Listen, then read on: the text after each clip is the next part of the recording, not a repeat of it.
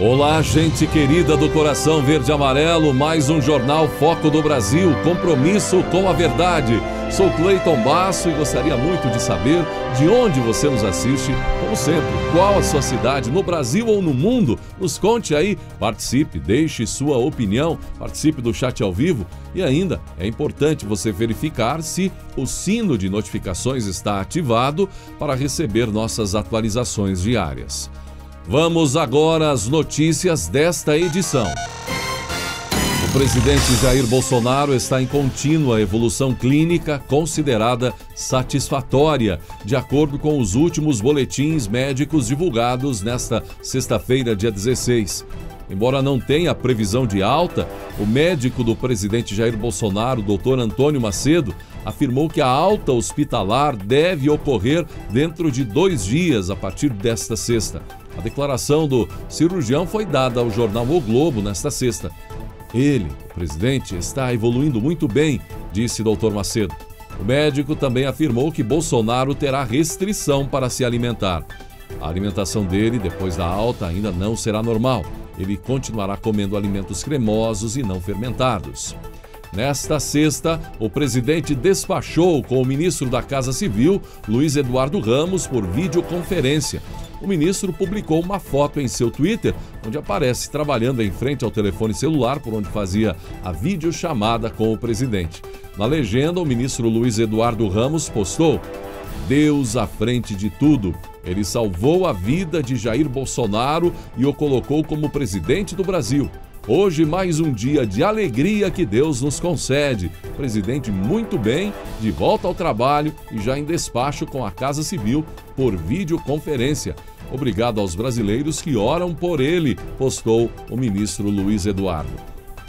E o presidente Jair Bolsonaro publicou também nesta sexta-feira, dia 16, uma foto onde ele aparece andando pelos corredores do Hospital Vila Nova Star em São Paulo, onde ele está internado há 2 dias. Na mensagem que acompanha a imagem, o presidente Bolsonaro agradece pelas orações por sua recuperação e afirma: "Em breve, de volta a campo, se Deus quiser. Muito fizemos, mas ainda temos muito a fazer pelo nosso Brasil. Obrigado pelo apoio e orações. Um forte abraço a todos", postou o presidente. Assim, gente, a possibilidade do presidente Bolsonaro ser submetido por esse motivo aí de obstrução intestinal a mais uma cirurgia é cada vez mais remota. Com trabalhos internos, segundo integrantes da CPI da Covid, os depoimentos à comissão estão suspensos até o retorno do recesso do Congresso Nacional em agosto. Os integrantes dizem que vão continuar trabalhando ali, então, internamente, mas os depoimentos agora só em agosto. As oitivas devem voltar a ocorrer a partir do dia 3 do mês que vem. Há especulações de que, embora a oposição ao governo tenha conseguido mais 90 dias para a comissão, o relatório poderia ser apresentado já em setembro. Congresso Nacional aprovou lei de diretrizes orçamentárias. O texto definiu os gastos prioritários do governo para o ano que vem. O salário mínimo foi estimado em R$ 1.147 para 2022. A LDO determina as metas e prioridades para os gastos do governo no ano que vem. Desta vez, vacinas, creches, casas de tratamento de câncer estão entre as despesas prioritárias. Entre os deputados, o placar de votação foi de 278 votos a favor do projeto, 145 contra e 1 abstenção. Entre os senadores, 40 a favor e 33 contra.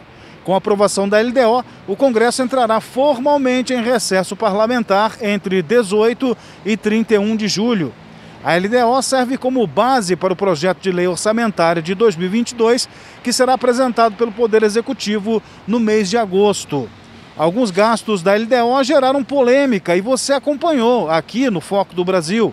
O financiamento da campanha eleitoral subiu de 2 para 5,7 bilhões de reais. Enquanto isso, a LDO também sinalizou que o salário mínimo ano que vem será de R$ 1.147, sem ganhos reais. Haverá prioridade para o Programa Nacional de Imunização, PNI, a agenda para a primeira infância, as despesas do programa Casa Verde e Amarela, voltadas a municípios de até 50 mil habitantes, e a ampliação da infraestrutura da rede de atendimento oncológico. Também não haverá bloqueios de recursos em 2022, por exemplo, para a realização do censo demográfico, agropecuário e geográfico através do IBGE. Também as despesas com segurança pública, as relacionadas à política de fomento à implementação de escolas de ensino em tempo integral, as despesas com universalização do acesso à internet, com apoio a iniciativas e projetos de inclusão digital. O texto da LDO manteve as estimativas do governo para a economia no ano que vem. Salário mínimo de R$ 1.147, inflação de 3,5%, crescimento do PIB 2,5% e taxa básica de juros média de 4,7%. A LDO prevê um déficit de R$ 170 bilhões nas contas públicas do governo federal em 2022, o equivalente a 1,9% do produto interno bruto, o PIB. De Brasília, Fábio Santos. A dança dos nomes que se acham ou que acham que se Bolsonaro conseguiu, eles também podem conseguir. Continua para 2022. O presidente do Senado, Rodrigo Pacheco, disse em entrevista à Folha, publicada nesta sexta, que não é momento de pensar na disputa eleitoral, mas não descarta nenhuma das opções nas eleições 2022, incluindo o seu nome. Não estou fechado a absolutamente nada, tenho de estar aberto a tudo, tenho meu pensamento em relação ao país, disse o parlamentar. Eu não me fecho para nenhuma das opções, as opções se apresentarão e o povo vai ter a sua oportunidade de escolher. De toda forma, apoiadores de Bolsonaro estão de olho nas movimentações de Pacheco. Dizem que a mosca azul já sentou no político, mas muitos acreditam que quem leva a uma cadeira presidencial é o povo e não a mosca. A mosca, ao contrário, derruba o Pacheco, derruba o caboclo. Mas também tem mais nomes por aí. O Datena, por exemplo, diz que agora está seguro para ser candidato. Olha, eu sei que você estava morrendo de saudade de mim, inclusive eu recebi umas 20 mensagens assim do pessoal perguntando. Estou de volta, tá? E já voltei para a gente falar sobre eleições 2022, né? O povo tá com as emoções assim à flor da pele, os hormônios, né, fervendo. Então vamos falar de 2022. Por exemplo, o presidente da Fundação Palmares, Sérgio Camargo, ele deu um motivo para que as pessoas não votassem, né? Mais um motivo para que as pessoas não votem no 9 Dedos em 2022. Então ele postou lá nas suas redes sociais mais um motivo para você não votar, né, no 9 Dedos em 2022. Que motivo é esse, Andréia? Bem, o motivo é que Pablo Vittar, né, postou nas redes sociais que vai cantar na posse do Lula, entendeu? Se o Lula ganhar, vai cantar na posse do Lula. Então, o PT foi lá e curtiu, colocou 2 emojis e o Sérgio Camargo, tá vendo? Mais um motivo para você não votar no Lula. Deixa aí seu comentário, o que você acha desse motivo? Mas tem um outro assunto aqui sobre as eleições 2022, que é a respeito do Datena. Datena que já se candidatou 3 vezes e no meio das eleições, né, se candidata, no meio das candidaturas, desiste. E em 2022... diz que, por enquanto, é o candidato, né, à presidência da República pelo PSL. Diz ele que foi muito bem recebido pelo PSL e, por enquanto, é o candidato. Se aparecer outro, bem, apareceu outro, mas, por enquanto, ele é o candidato. E aí, ele foi perguntado, né, ele deu uma entrevista para o Estadão, ele foi perguntado, mas vem cá aí, dessa vez você não vai responder? Ou você vai chegar até o final? Né? Ele disse que sim, ele vai se manter firme porque ele sentiu segurança no PSL. Diz ele que falou, inclusive, para o Witzel, né? Olha, das outras vezes eu não me senti seguro, né? Não senti que as pessoas estavam realmente comigo. Então, quando você vai se candidatar, você precisa ter pessoas em quem você confia. Porque se você não tem pessoas em quem você pode confiar, acontece o que aconteceu com o Witzel, corre o risco de ser preso. Aí eu fiquei meio confusa, né? Porque o Witzel, ele corre o risco de ser preso não é porque as pessoas, né, não deram suporte suficiente suficiente para ele? É porque ele se envolveu com maracutaia, né? Então isso é outra coisa da Atena. Mas enfim, né?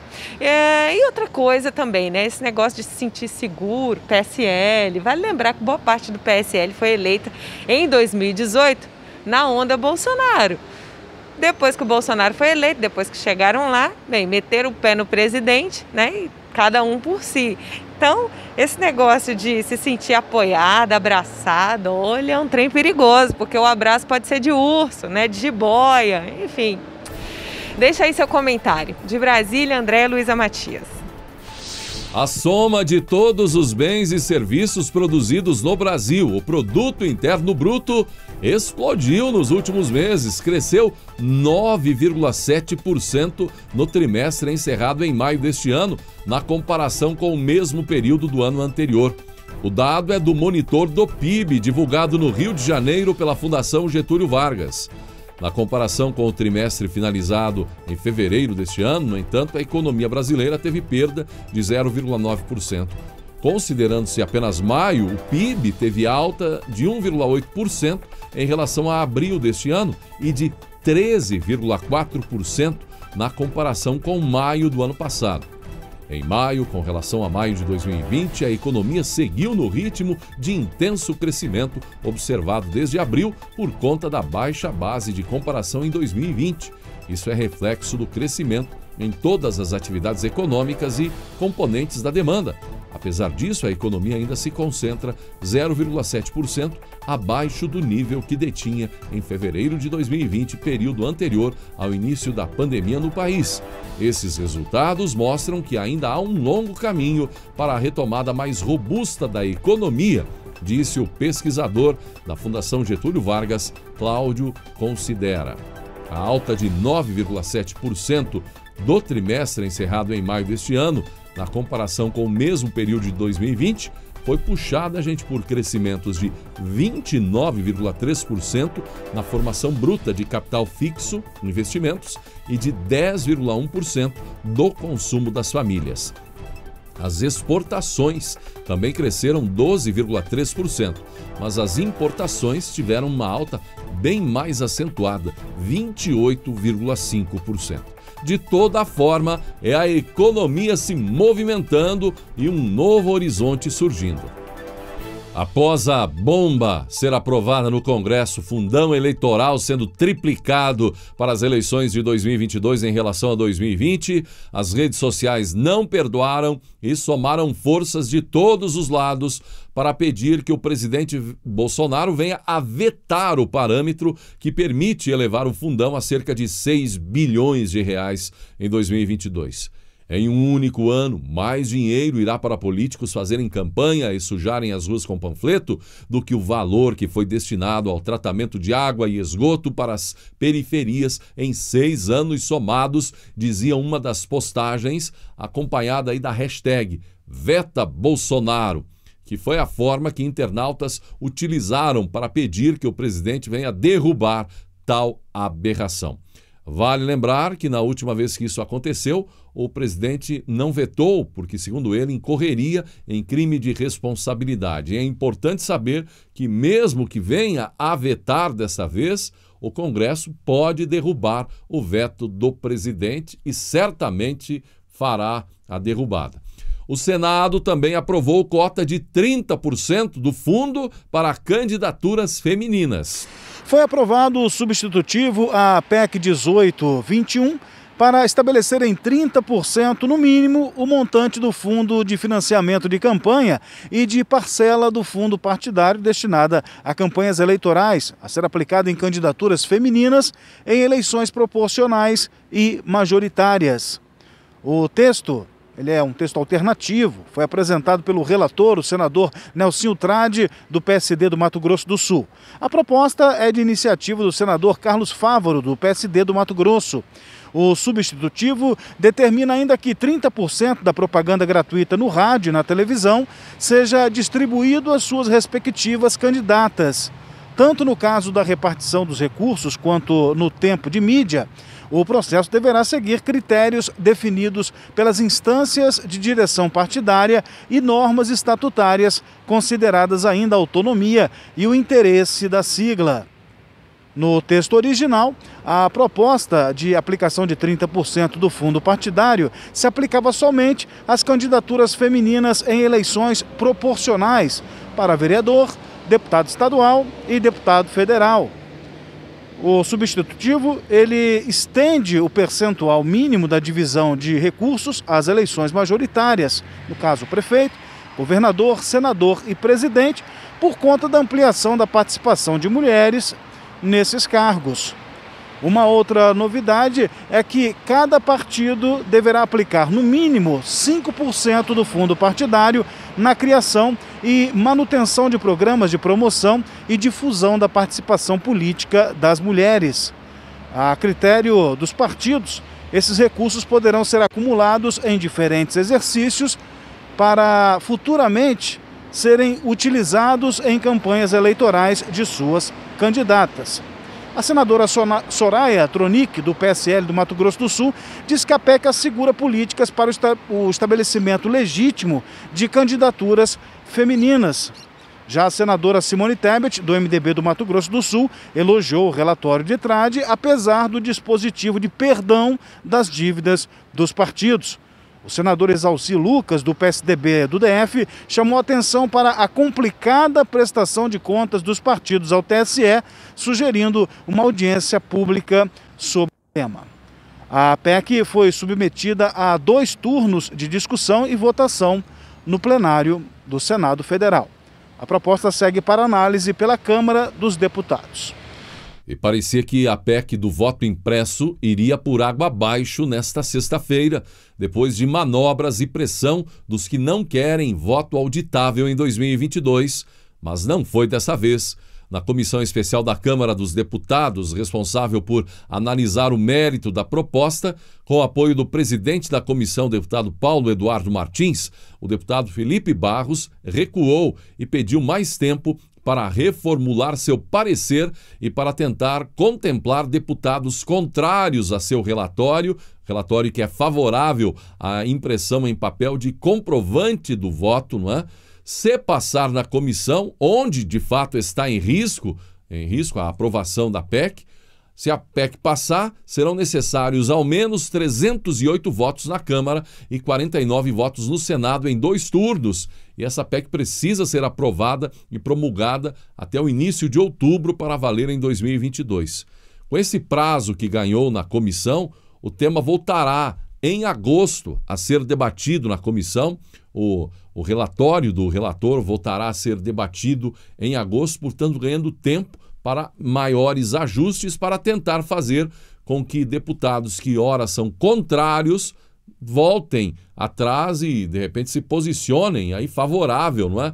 Para que a PEC não vá por água abaixo antes mesmo de ser analisada ou votada no plenário. Oposicionistas, inclusive, já contavam que iriam derrubar a questão agora, ali na comissão. Inclusive, agora entrou na comissão o deputado Rodrigo Maia, contrário ao voto auditável. Ele não estava participando, ele entrou no lugar de Aécio Neves em substituições feitas por lideranças partidárias. Advogados passando por maus bocados, não é, na comissão. E não por qualquer coisa, mas por falta de respeito mesmo. A seccional da Ordem dos Advogados do Brasil, ou seja, da OAB do Distrito Federal, entrou com uma ação no Supremo Tribunal Federal para que a Suprema Corte impeça os senadores da CPI, ou seja, da Comissão Parlamentar de Inquérito da Covid-19, de atacar advogados durante as sessões, exatamente. De acordo com a OAB do Distrito Federal, esses ataques eles têm ocorrido durante os depoimentos ali da CPI e isso é inadmissível.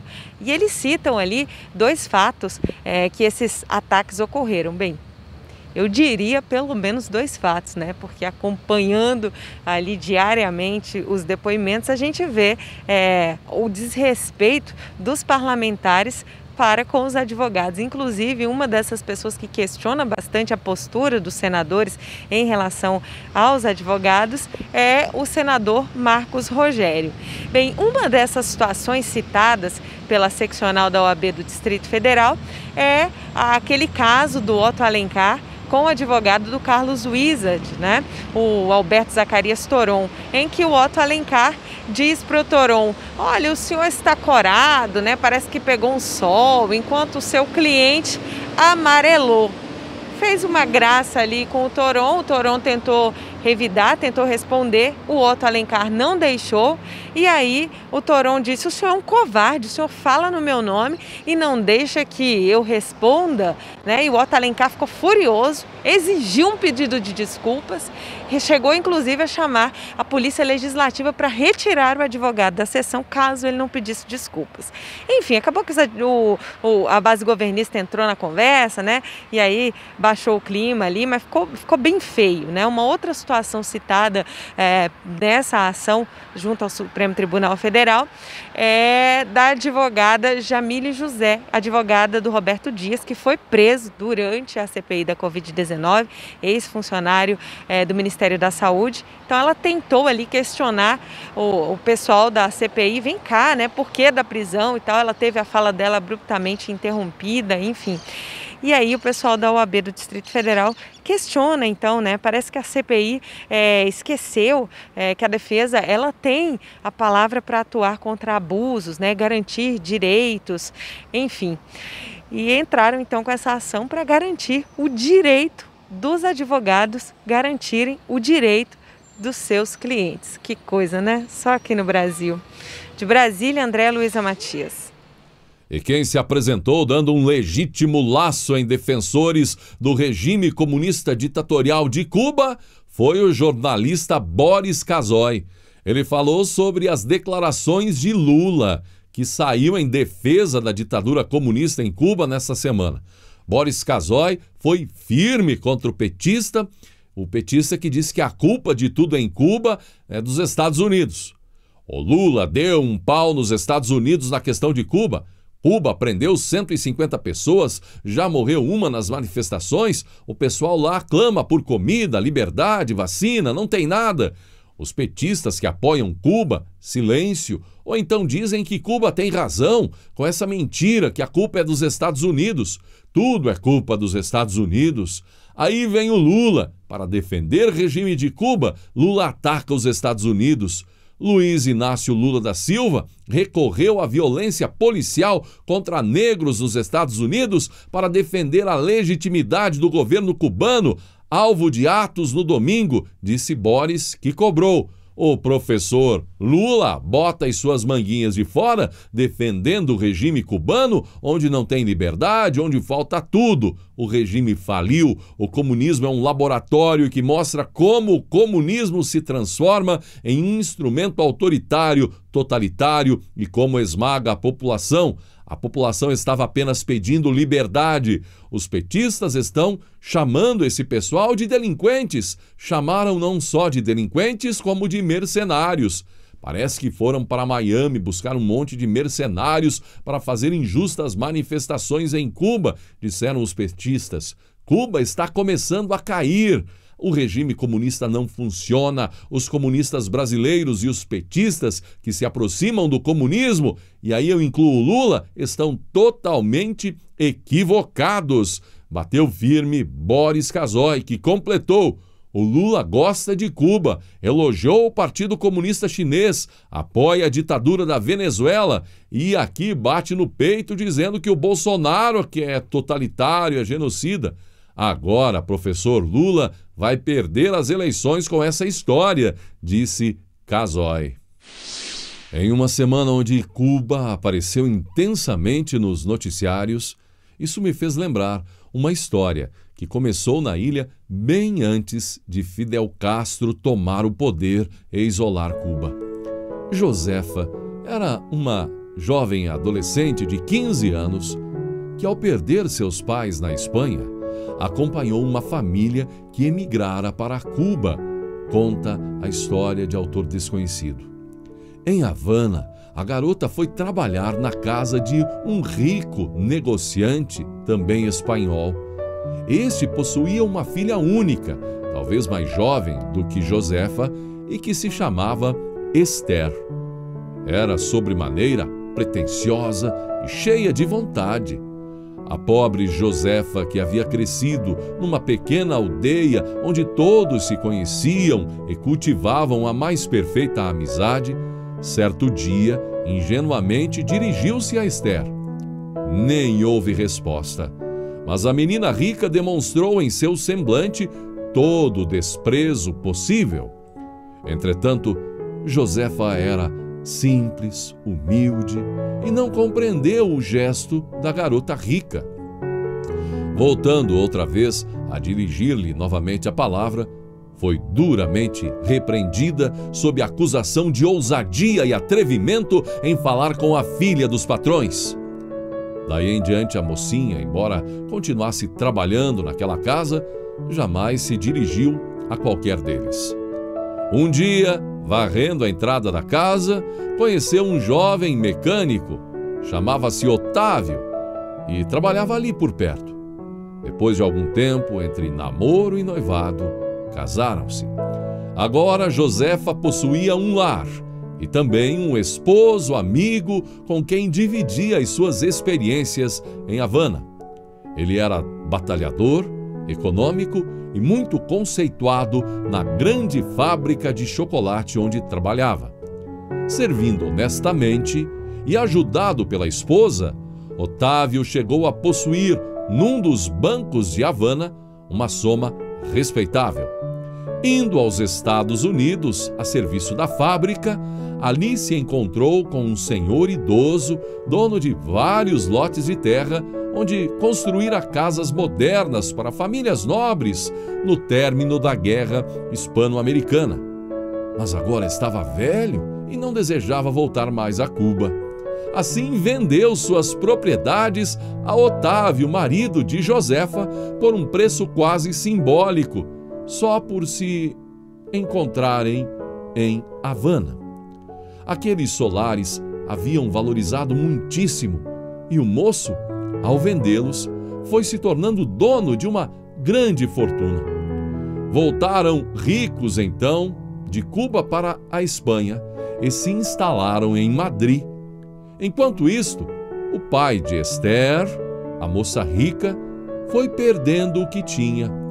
O banco onde era depositante faliu.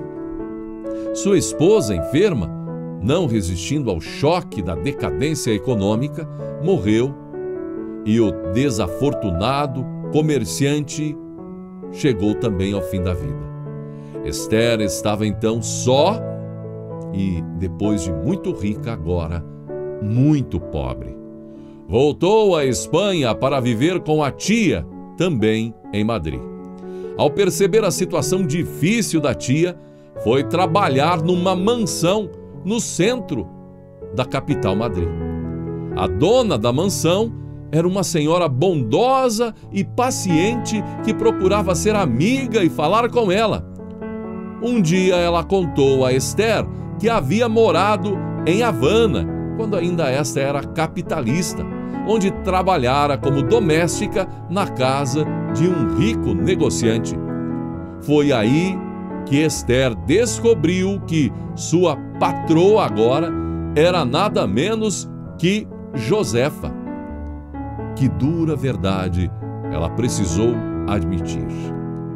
Tudo que o homem semear, isso também ceifará. Pense nisso. Chegamos ao final desta edição do Jornal Foco do Brasil. Até nossa próxima edição de sábado à noite. Gratidão pela sua atenção e que Deus abençoe a você e a sua família.